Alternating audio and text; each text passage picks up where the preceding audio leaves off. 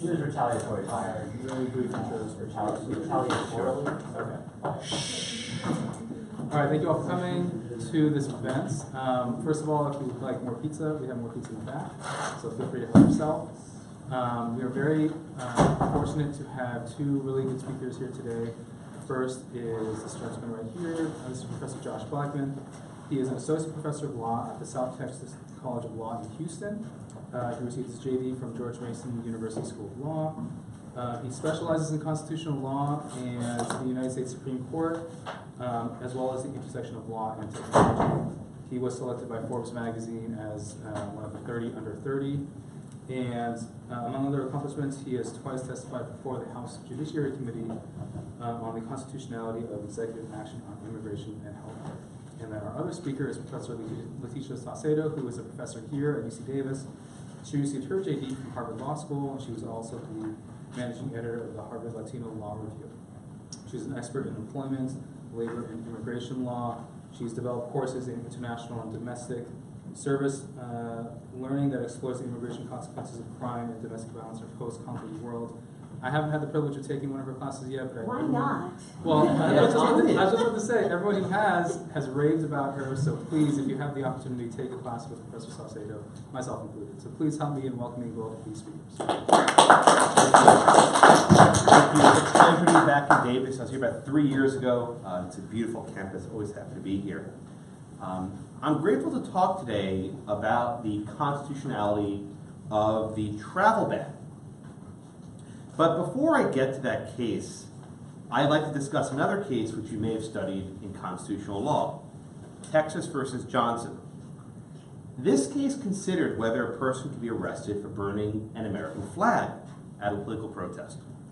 Now, the decision broke down on a 5-4 lines, but to the surprise of many, Justice Scalia passed the tie-breaking vote in favor of the flag burner.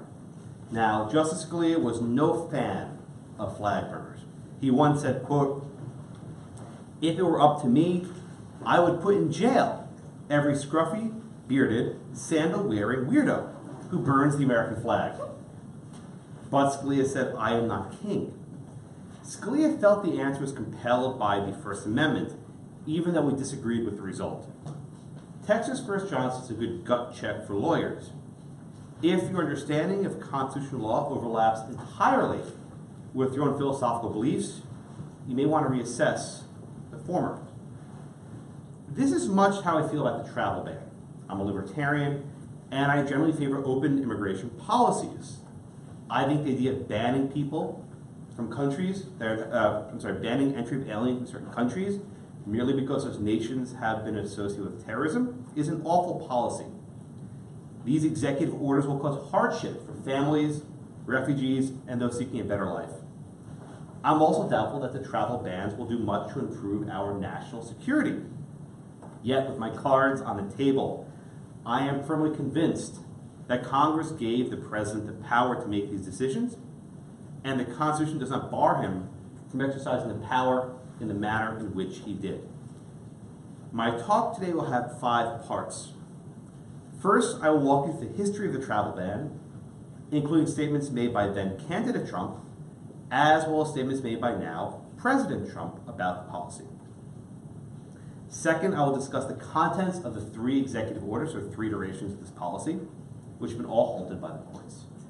Third, I will discuss whether Congress has afforded the President the authority to take these actions from a separation of powers perspective. Fourth, I will discuss whether these actions are consistent with the First Amendment, namely the Establishment Clause. And finally, I'll give you a preview of the Supreme Court's arguments in Hawaii versus Trump, which we argued next month. So we bring all the way back our story to December of 2015. Then candidate Donald Trump called for, quote, "a total and complete shutdown of Muslims entering the United States until our country's representatives can figure out what is going on." Verbatim quote. Over the next few months, Trump said something a little bit differently. He said we want to have extreme vetting of people from certain territories. Did he abandon his position or not? Well, on 60 Minutes, he told Leslie Stahl, "Call it whatever you want, we'll call it territories, okay?" Was that a repudiation or a wink in the nod to the alt-right? On Meet the Press, Trump seemed to repudiate it. He said, I'm talking territory instead of Muslim. Now, that's not a coherent sentence, but he seemed to make some point. Now, it's come to this, though, that federal courts have been asked to decide which is the actual position of President Trump. Aha! So we have the missing link, which is Rudy Giuliani, where Rudy Giuliani said on Fox News that I was asked to help the president do what he wanted to do. Was he talking about a Muslim ban or a territory ban? The courts have mostly said the Muslim ban. But these were all basically statements that came before the inauguration. Let's fast forward to after the inauguration. On January 27th of 2017, 1 week after the oath, President Trump signed the first iteration of the travel ban. I'll call it 1.0, keep it simple. This order sent shockwaves through our legal order. For 90 days, certain aliens from Iraq, Iran, Libya, Somalia, Sudan, Syria, and Yemen, 7 nations, were deemed detrimental to American interests. They will be denied entry. And for 4 months, the refugee admissions program would also be suspended. Refugees from Syria would be denied entry indefinitely. Almost immediately after the order was signed, there was chaos at the airports. And just understand this point. An alien got on a plane, his papers were in order. While he was crossing the ocean, the executive order was signed. When he landed, his visa was no longer in order. So you had people being detained at the airports. And you may not realize this, but when you land at the airport, you are not yet on U.S. soil until you clear customs. So there were all these rash habeas corpus petitions trying to free these people from custody. But this was only the beginning. Shortly thereafter, the state of Washington filed a complaint and sought a temporary restraining order barring the enforcement of the first executive order. And Judge Robart in Seattle granted what's effectively a global injunction barring it. His opinion didn't have much analysis. This went on to be appealed to the Ninth Circuit. The Ninth Circuit affirmed. En banc review was denied. The Trump administration did not appeal the first order to the Supreme Court. They said, we'll try it again. So now we have version 2.0. On March 6th of 2017, President Trump issued his second executive order. There were some changes. For example, Iraq was off the list. Green card holders as lawful permanent residents were not subject to the ban.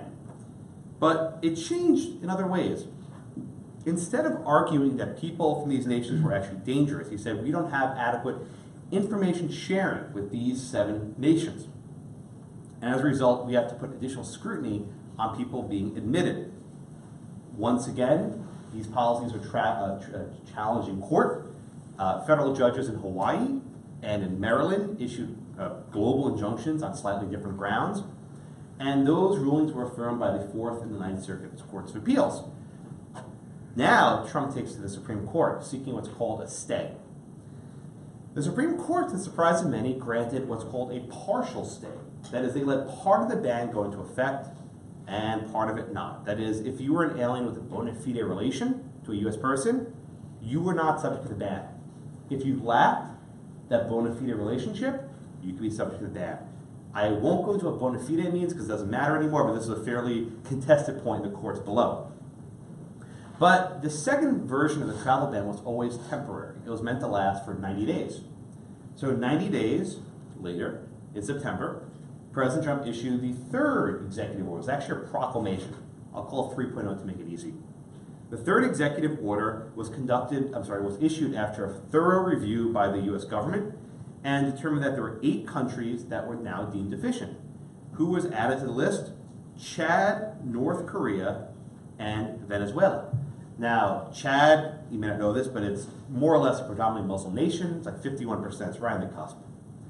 North Korea, as you may already know, doesn't send many immigrants to the United States for obvious reasons. Venezuela, which again is not a Muslim nation in any respect, but the ban only applies to certain diplomatic officials in Venezuela. So even with this new policy, we're still stuck with predominantly Muslim nations subject to this order. Once again, version 3.0 was challenged in court. What happened? Same judges in Maryland and Hawaii issued global injunctions barring its enforcement. Those decisions were appealed.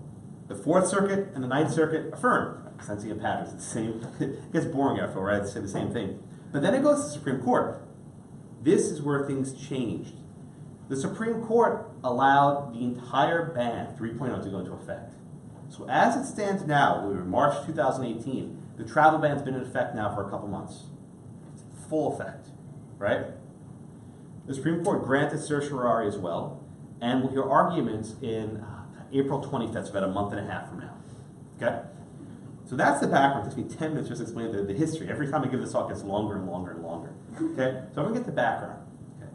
Now I wanna move to whether Congress has given the president the statutory authority to act. Now we all know the president can act based on two sources of authority, the Constitution itself and the statute. So we'll start with the statute. In the 1950s, Congress enacted a statute that's now 8 U.S.C. 1182F. Let me read it to you. Whenever the president finds that the entry of any aliens or of any class of aliens into the United States would be detrimental to the interests of the United States, he may by proclamation, and for such periods as he shall deem necessary, suspend the entry of all aliens or any class of aliens as immigrants or non-immigrants, or impose on the entry of any aliens any restrictions he may deem appropriate. Okay. Now, in terms of delegation of authority, that is really broad.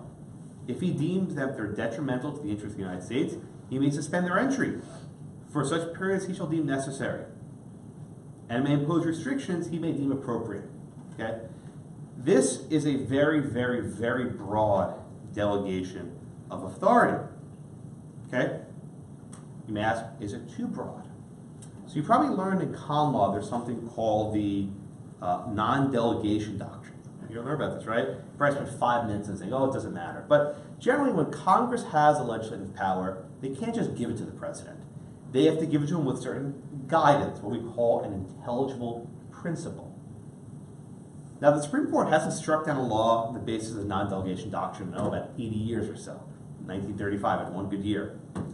But there's an argument that maybe the statute is too broad, that it gives the president way too much discretion over who to deny entry to, and it would conflict with the Immigration and Nationality Act.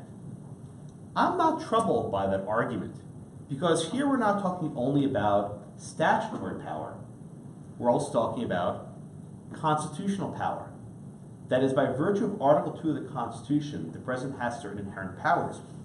And in a very famous case, a case called U.S. ex rel. Knopf versus Shaughnessy, 1950, the court recognized that the president's power to exclude and deny entry to aliens is an inherent executive power. So with this statute, this 1182F, I don't see this as delegating a legislative power. I see it as merely recognizing the power the president already has. But Congress, for good measure, approves of it. So you have the president's own power as a matter of Article 2, and you have Congress's power as a matter of Article 1.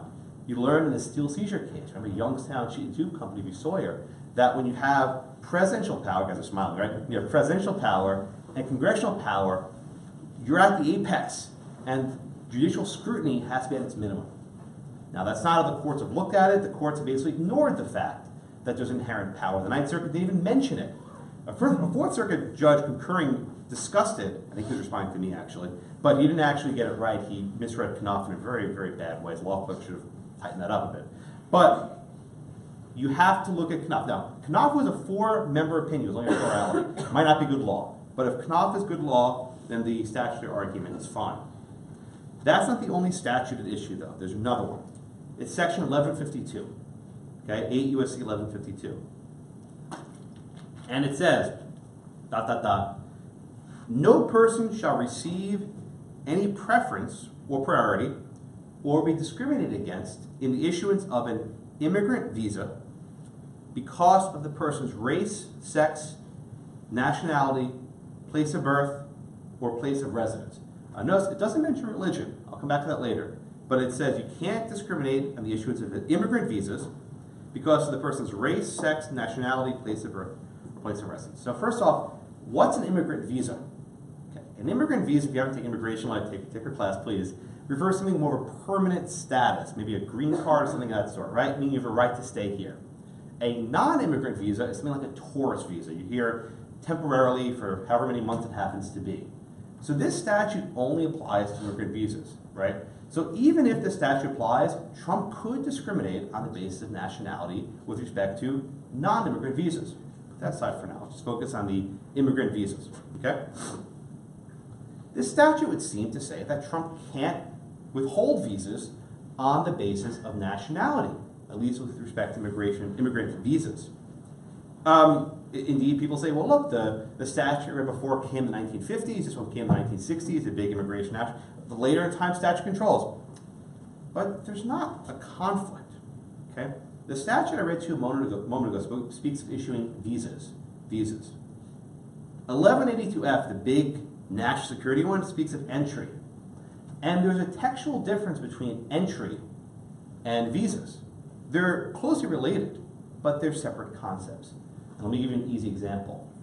The mere fact that you have a valid visa doesn't mean you're getting in, right? You can show up at the airport and walk to a customs agent, and if you have Ebola, for example, you're not coming into, I don't care what your visa, you're not coming in. If you go to an airport and you have a valid visa and you start talking to the customs agent and he figures out you're lying, right? He says there's inconsistencies in your application, you're not coming in, right? So the executive always has the trump card, no pun intended, to deny entry to people even with valid visas. So I think the idea of denying people entry is separate from visas. Now, without a doubt, the third travel ban does deny visas on the basis of nationality, right? The early ones didn't necessarily do this. This one does. But I think you have to look at it this way. If the president's determined that someone can't enter, what's the point of giving them a visa? So they can sit at the airport all day? Tom Hanks at the terminal? You know, it's just to be stuck at the airport. And I think that's an important point, right? Let's say that we suddenly go to war with Germany, right? And the president says, we're denying entry to all Germans immediately. We've done that before. Would the president have to issue a visa to a German national, member of the Nazi party perhaps? Say, okay, we'll give you a visa, but you can't use it. That strikes me as absurd. But even if I'm wrong about this, there's another paragraph of the statute that says, nothing in this paragraph should be construed to limit the authority of the Secretary of State to determine the procedures for the processing of immigrant visas. So even if the first paragraph controls, the second paragraph says you can discriminate on the basis of nationality with respect to procedures for the issuance of visas. I would submit, I think it's what the court will do, that the procedure is the security rationales. We're not giving it to people of certain countries that are associated with terrorism.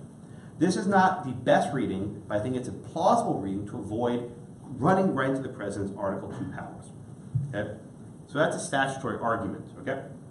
Let's go to the First Amendment. This is where people actually care about it. Now again, I'll repeat what I began with earlier. President Trump is his own worst enemy. If he didn't have Twitter, things would be so much easier. But we have it. And he says the most awful, hateful, odious things on a daily basis. He's offended, I think, every conceivable demographic at one point or another. So the question is Trump's policy tainted by what we call animus, right? Are Trump's executive orders tainted by his hostility towards Muslims? I read you the statement, complete total shutdown. I read it to you. I'm not going to, not hiding from that. He said it. There's a threshold question, though, of what is the appropriate standard of review. And you learn about this in common law, right? If you have what's called strict scrutiny, the courts are allowed to look beyond the face of the order and try to ascertain the true purpose, whether there's a pretext, right? If it's a rational basis review, in contrast, the courts only look at the face of the policy. They don't look beyond that. And even more than that, they'll basically look away at any bad evidence if you want to do real rational basis review. So then what is the appropriate standard of review here? The government's argue it's a rational basis, and the challenger, no, it's a strict scrutiny. You got to apply First Amendment scrutiny, right? He's favoring religion over non-religion. He's favoring Christianity over Muslims. Okay? I have a threshold issue that the courts, or at least only one or two judges have addressed. Does the Establishment Clause even apply in the context of immigration? And I'll make the case that I don't think it does. I'll give you a couple examples. We have a lot of visa categories. I'm sure if you take our class, you'll learn about every various category of visa. But there's one category of visas for ministers.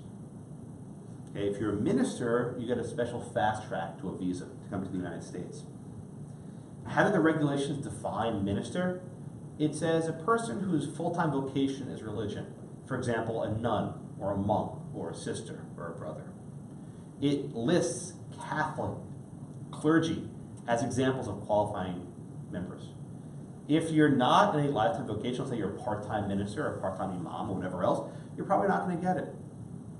This statute, I think, would be facially unconstitutional if applied to domestic law. It's not. No one's ever thought to challenge it. I've checked. So we've had this thing on the book for decades where we give preference to ministers who are like priests. Okay? I'll give you another example. During the 1980s, an amendment was passed called the Lautenberg Amendment. Senator Lautenberg of New Jersey introduced it. And this amendment gave preferences to, quote, Soviet Jews and evangelicals. It says in the statute, right, that if you were a Soviet Jew or an evangelical, you got certain preferences when applying for asylum status in the United States. Again, if this was a domestic statute, if you were a Soviet Buddhist, right, or a Soviet Hindu, you're out of luck. It's Soviet Jews and evangelicals. So again, we have this statute for decades. No one's ever suggested it's unconstitutional. Often, when you have these sort of constitutional questions, we look to practice to determine what has Congress done. So I would submit that the First Amendment is simply not applicable here. And the appropriate standard of review would be a rational basis review, in which case these statements, they're there, they're real, they happen, are not relevant. I do not think this is for domestic cases. In domestic cases, I think the President's statements are going to be fair game. I'm actually more of an outlier on this. I think you can look to the President's statements when it's a higher standard review, but not on the rational basis level. So here, I think it's rational basis review.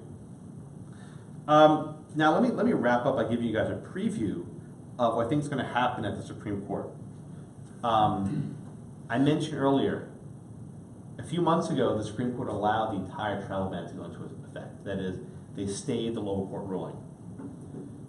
On the Roberts Court, in almost every case where the Supreme Court puts on hold the lower court ruling, they ultimately reverse the lower court in almost every case. And to be more blunt, when Justice Kennedy, who was a Sacramento frame, or a Sacramento Republican, when Justice Kennedy votes to allow a lower court decision to be put on hold, he ultimately votes to reverse it. So I think it's a very safe bet that the Supreme Court will rule in favor of President Trump. Now, you say, oh my God, how can the court rule in favor of Trump? He's such a bigot and everything else. When you read your case books for common law, right? You know, books in front of you, these big red things you pay $200 for, right? And if you flip through the pages, the cases you're looking at aren't court of appeals decisions. Maybe for torts or contracts, but at least for common law, all the cases you guys are reading are Supreme Court decisions. And there's a reason why. In hindsight, no one remembers the courts of appeals decisions. Maybe I do, right? Law professors just like to study them. But what matters is what's in the U.S. reports. And that decades from now, presidents will be citing this case to say, what is the scope of presidential power? Now, we have President Trump today. Maybe you don't like him. In Davis, you probably don't, right? Tomorrow, you might have President Elizabeth Warren, right? And maybe you have President Malia Obama, right? Whoever it happens to be, right? Whatever restraints are put on the president now will carry over. If Congress holds that this statute, 1182F, doesn't let the president deny entry to aliens, that cripples the president's power. If the court holds the president lacks inherent power here in a time of war, that could be extremely deleterious for American interests, right? If the court green lights lower courts citing Twitter and looking at the president's Twitter feed to stop every aspect of his policy, that makes a difference because it disables the president from acting, right? We've even had cases where courts have said, aha, the president's statements about building the wall means because of his hostility to Latinos that he can't rescind DAPA, or can't rescind DACA, right, the deferred action policy. There's no limiting principle here, right? If we start saying anything the president does can become a reason why he's disabled from acting, we don't have a president anymore. He's been removed from office 4 years early. So I do think the court rules for the president. I think these are on a somewhat narrow basis. I don't know if they accept my argument about the Establishment Clause, but it would be a good argument for them to accept. But I do think they apply something close to the rational basis review. And the statutory argument, I think they say there is an inherent power here, so we need to address it. Okay? I'll stop here and turn over to my good friend who's been kind enough to give us her time today. And I welcome any of your questions later. So thank you so much. Thank you so much. going to comment directly on what Professor Blackman has set out, because I want to go a little bit beyond the history that has been set out for this particular case. But I do have to say, if a case like this disables a president from making policy on Twitter, then I'm completely for it. So if we get that out, if we get that from this case, I would be very happy. The travel ban case actually implicates a lot of what I talk to people about in immigration law, and that is, where does inherent power come from in the immigration realm? And in a lot of senses, immigration itself is exceptional in the amount of deference that's given to the president and Congress to make determinations around immigration regulation. And I think that part of what's going on in this case is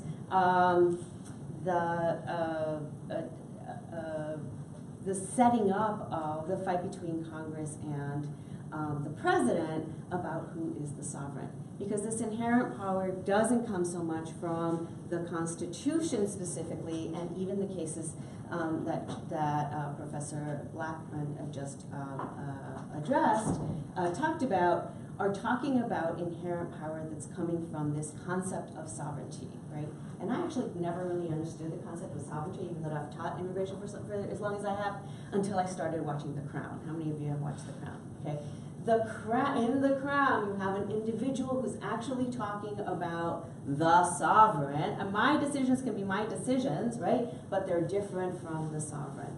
And we don't have that in the United States. We don't have this version of the sovereign. And so early on, very early on, the Supreme Court began to sort of to try to make these analogies to try to figure out what we meant by sovereignty in the United States. And in the realm of immigration regulation, sovereignty was grounded in the federal government as opposed to the states. Now, before the Chai Chang-ping case in the 19th century, states were involved in immigration regulation.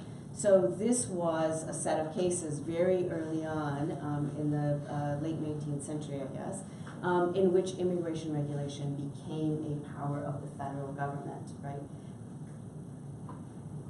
After Chai Chang-ping, which established that there was sort of basically exclusive federal power or federal plenary power in immigration regulation, courts started to fudge the difference between Congress and the president in determining what was the federal government and when the federal government was acting as a sovereign. Okay. We didn't have immigration statutes until an actual statute until 1952, and before that we had a series of laws that sort of came up, that sort of created what we had in immigration regulation. But for a long time, in the name of deference, the courts were giving up a lot of power to Congress and the president, always fudging who actually had this inherent power over immigration regulation. In 1965, the statute was amended, and we get a non-discrimination provision in the statute on the issuance of visas. And by then, right, we start to get a body of cases that really do, not just in immigration, but all over, right, and really start to discuss discrimination in terms of all kinds of actions by the federal government. Even after that, I think the Supreme Court has been deferential until recently around immigration decisions. And it's only been maybe in the last 20 or 30 years that the Supreme Court has stepped forward and said there are constitutional limitations on what the federal government does. Whether the federal government is acting as Congress, as in Chadha versus United States, right, where the Constitution creates a limit on what Congress can do, or whether it's doing it with the president. So this inherent power that we're talking about, that comes from sovereignty as much as it does from the Constitution, because if you actually look at the Constitution, there is no power over immigration regulation as such, right? The court has gotten it from different parts of the Constitution, has sort of cobbled it together and created what some scholars call a penumbra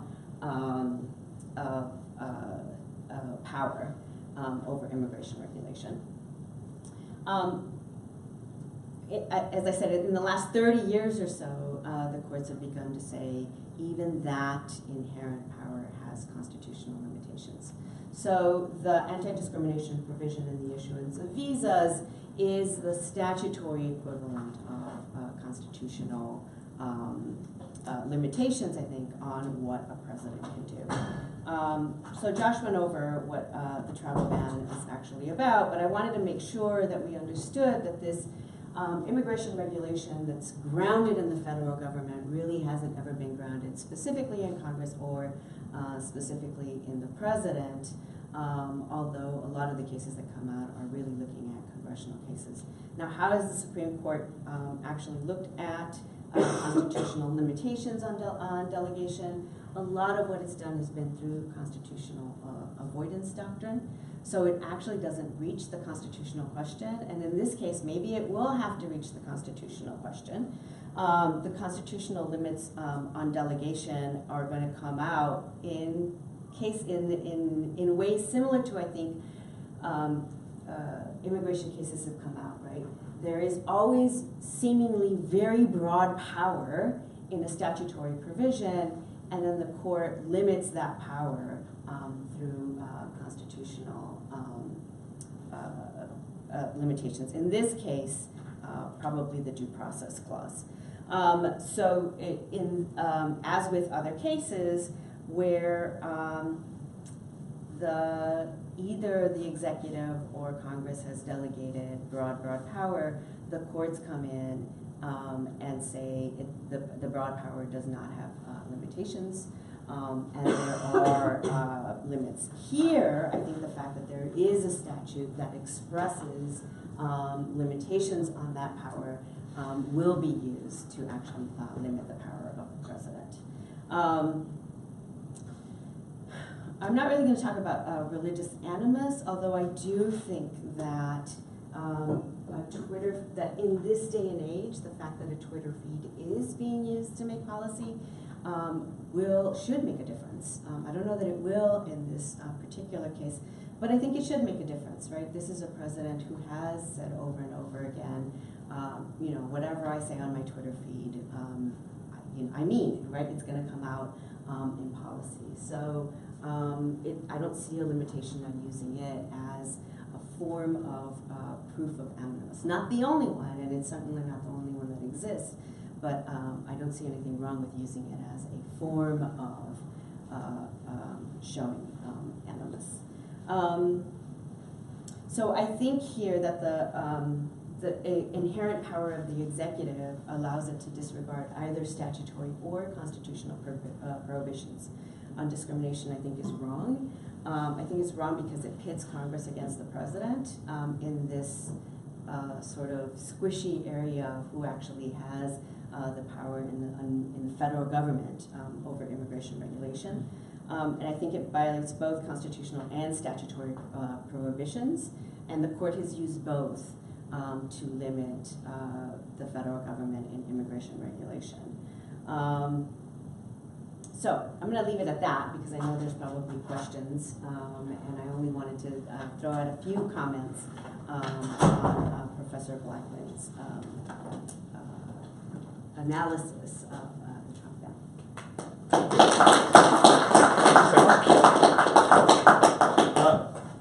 Let's go to a question. Maybe we'll respond to comments in the course of questions. Questions from the crowd. Yes, number one. I don't know if either of you have seen, there's a really interesting exchange between Senator Ted Cruz and Sally Yates after she was terminated in her position from DOJ, in which they discussed these exact provisions of the INA. Senator Cruz making the argument that 1182F prevailed, while Sally Yates pointed out the provision that was promulgated later. And I just thought it was a fascinating debate, and I was wondering, it seems like there hasn't really been a conclusive answer by the courts as to which of those should prevail, because they seem to directly contradict. And I understand the immigrant versus non-immigrant visa distinction, but I was just wondering if you could both expound upon that a little bit more and how you would reconcile those two provisions. I'd be happy to. So this was an exchange, actually, a blog about it back in May 2017, so almost a year ago. So who is Sally Yates? Sally Yates was the deputy, right? She was the Deputy Attorney General under the Obama administration. And after the inauguration, she held on, and she was serving as acting Attorney General. Why was she acting? Because Jeff Sessions had his nomination held up. Usually the AG is nominated before the inauguration, so you can start serving on day one. So for about the first 10 days of the Trump administration, a hectic time, you actually had a holdover an acting Obama administration Attorney General. Now, the travel ban was issued again January 27th, a week after the inauguration. Yates was kept in the dark. No one told her about it at all. In fact, I've read all the FOIA emails. She was totally taken by surprise. No surprise. Trump didn't trust her, right? This is obvious. The ban was announced Friday afternoon, right? Just get the chronology. Friday afternoon. And over that weekend, you had judges issuing habeas corpus writs to free people trapped at the airports. But by, I think it was Monday night, wasn't it? I think by Monday night, if I got my chronology correct, by Monday night, Yates had issued a letter saying that as long as she's in office, the department would not defend the travel ban. Now, be very careful. Yates did not say it was unconstitutional. Her letter was very curiously phrased. But she says, we will not defend this. In hindsight, her decision was, I think, proven wrong. It's been defended for years, and they've won in some courts. They've won the Supreme Court in part. So the argument that there was no basis to defend it was wrong. In fact, there's a provision of law where the AG won't defend a policy. They have to notify Congress. Unclear if it even applies there. But Yates decided not to defend it. She was fired less than an hour or two later, which she knew she did. Again, if you can't take an action as a government official, your option is resign, right? You don't engage in insubordination. So I have no respect for Yates. I actually think she grandstanded and helped her career quite a bit. Maybe she might run for Senate in Georgia, I think, or governor.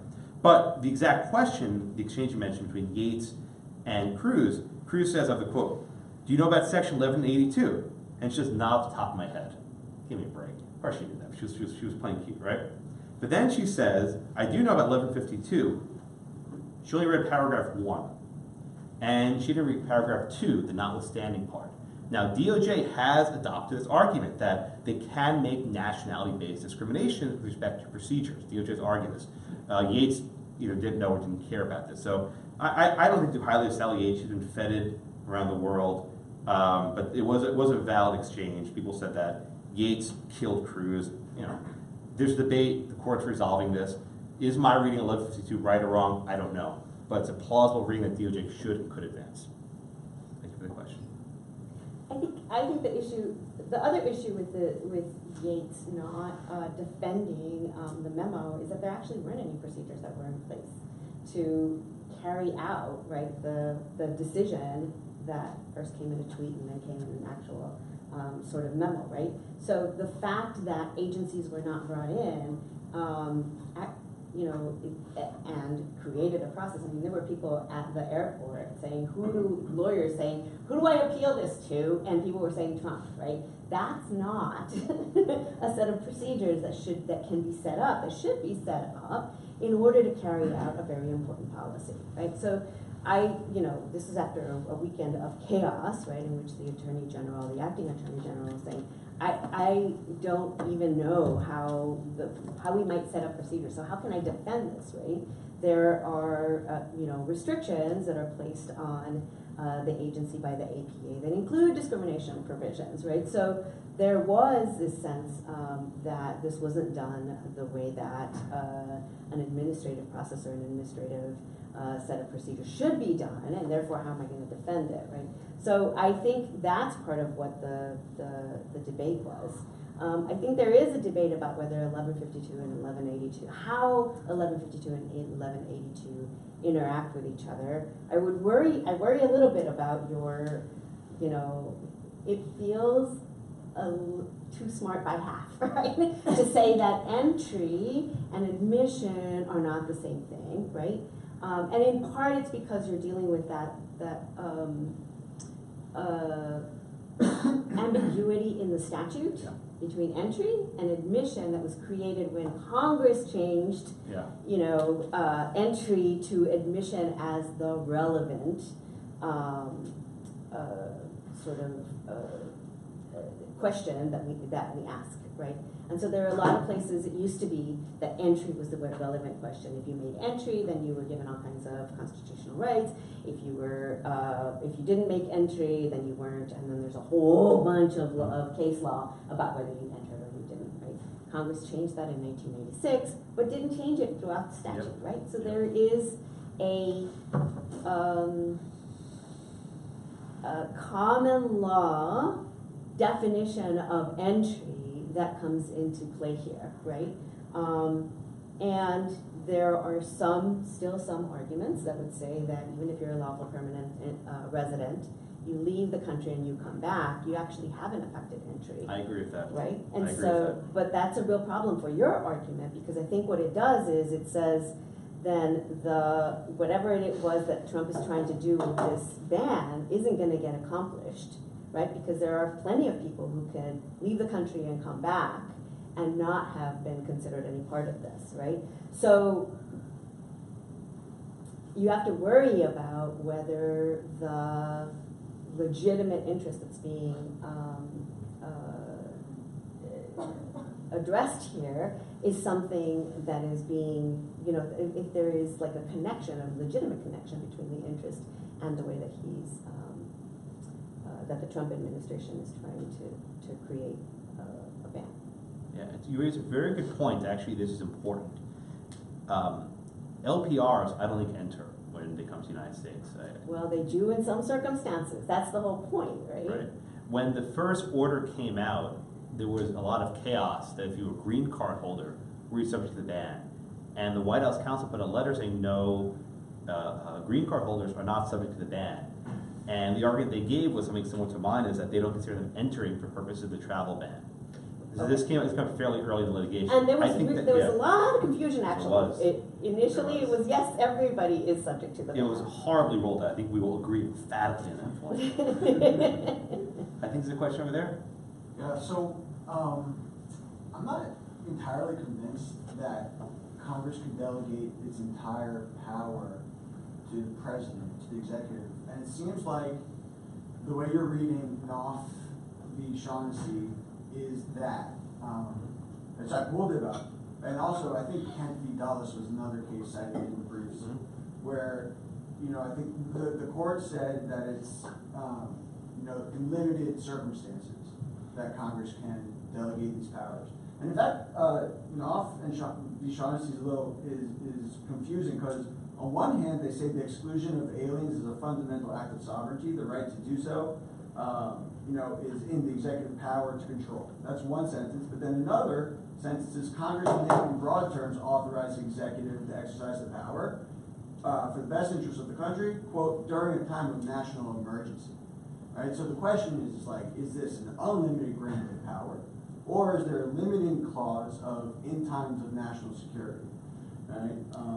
My gut's telling me there has to be a limiting clause, because how are we going to have an Article 1 power be completely delegated? And thinking about in 30 years, when Melania Obama is president, right? I don't want her, Not a national citizen. right? I don't want her making, having congressional powers. She's the executive, right? So did you read Chief Judge Gregory's opinion in the travel ban case?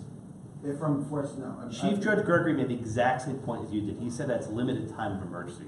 Let me read you the sentence that you're quoting from. It says, because the power of exclusion of aliens is also inherent in the executive department of the sovereign, Congress may in broad terms authorize the executive to exercise the power, e.g., that is, for example, as was done here for the best interest of the country during a time of national emergency. That's not limitation. It's merely describing how Congress did it in this case. If you read the full passage, it doesn't say that. But I will respond to your point more firmly. Are we in a time of war right now? I don't think so. What role does the authorization for use of military force play? Yeah, I think that's a great question, because then we're always at a time of war. Exactly. Oh, Right? I know. So We're engaged in hostilities in countries killing people because of those AUMFs. Yeah, so we're at a time of war then since 1787. Was it 1984? We've always been at war with East Asia or Eurasia? So I think what was missing from those executive orders was an express articulation of national security. It's there. or of being at war and so on? No, they do reference fighting terrorism. They don't cite the AUMF directly, but I've written about this.